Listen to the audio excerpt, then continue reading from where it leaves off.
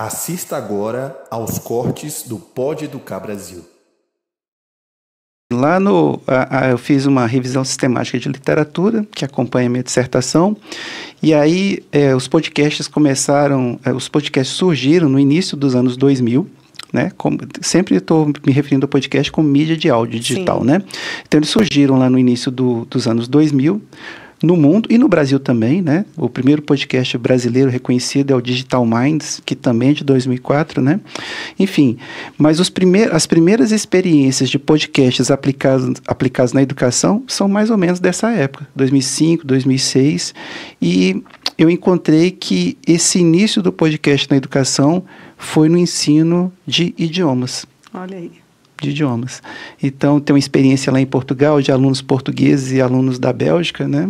Um aprendendo a falar o idioma do outro, português e francês, no caso, que é de 2006. Mas isso foi o início, né? O que eu encontrei na minha revisão de literatura. Mas, para além do ensino de idiomas, sim, eu concordo, pode ser aplicado em qualquer área de conhecimento, em qualquer etapa da educação. Seja no ensino médio, que é a pesquisa que eu fiz, que os podcasts eram produzidos sobre temas da atualidade, visando a preparação da prova do Enem, ou de qualquer outro vestibular, ou de concurso público, né? Que é um assunto que está muito ligado para os alunos do ensino médio, mas também tem experiências na educação infantil, com alunos que nem são alfabetizados ainda, mas que conseguem contar uma história, né?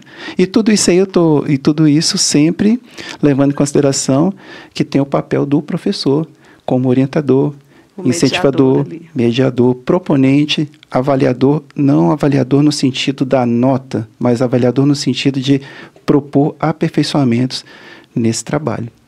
Igual deveria ser toda avaliação, né? Sim. E o podcast é uma rica ferramenta de avaliação. Rica mesmo porque você consegue perceber o estudante em tudo aquilo que a escola se propõe a fazer, que é ouvir, quer falar sobre qualquer tema, né? Então se posicionar, criticar, e aí ligando a sua pesquisa, que é o aluno lá do final do ensino médio, se preparando para fazer aí, uma escolha, né, de carreira profissional, enfim, para fazer uma prova que inicia todo esse processo, discutir várias temáticas ali naquele momento que geralmente é muito tenso para o estudante, né? Então, de repente, essa ferramenta podcast, ela entra como algo mais, eu penso que até despojado para a educação, né? Eu não sei se na sua pesquisa você entrou, né, nesse limiar. O podcast ele tem algumas características que são bem interessantes quando a gente fala de processo de ensino-aprendizagem, né? Então, primeiro, ele permite uma liberdade autoral, né? Uma liberdade de escolha, uma liberdade de vocabulário, ele tem uma linguagem própria. Então, se a gente estiver ouvindo um podcast de contabilidade, vai ter um linguajar próprio dos contadores, das pessoas que estão ligadas a essa temática. Mas um podcast produzido por estudantes, eles vão estar se comunicando na linguagem deles, própria da idade deles, né, da fase que eles estão vivendo, né? E o podcast permite essa liberdade autoral. Uma outra característica que eu gostaria de destacar do podcast na educação é que, comparado com outros tipos de mídia, o podcast ele requer recursos tecnológicos mais simples, considerando que é uma mídia de áudio. Então, no caso de um videocast ou de uma produção de vídeo, num curta-metragem, requer câmera, iluminação, figurino, maquiagem, cenário, uma série de recursos que às vezes fica um pouco complexo para uma escola pública prover para o estudante.